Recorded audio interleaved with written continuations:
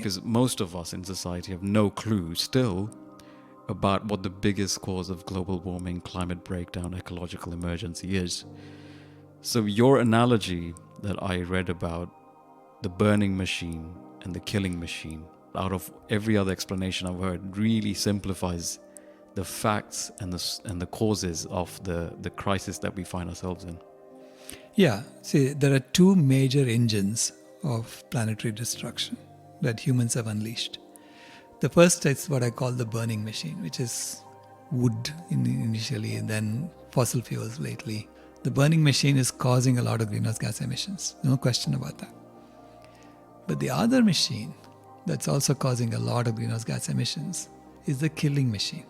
So when people talk about just fossil fuels, I say you're missing a big part of this, which is the killing machine. Right? And the killing machine is killing 80 billion land animals, 1 to 3 trillion sea animals, and millions of acres of forests every year. Okay?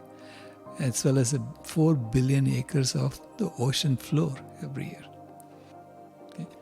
And that actually dwarfs what we are doing with fossil fuels. That's what I found out. And the fact that we're using so much land where we have cut down the trees and we have replaced the trees with grass to graze animals. Okay, that's 37% of the ice-free land area of the planet. And so those lands used to be forests 200 years ago. So which means that every year that we continue eating animals, continue grazing animals, we are saying to the earth, I don't want the forest to come back. So we have a choice. If you eat plants, you can restore all that land back to forests. And then the trees will be growing, right? And when the trees grow, they're going to take down the CO2. They're going to draw down the CO2 from the atmosphere. So that's what I call the opportunity cost of the land that's being used for animal agriculture. And that in engineering, we always take into account.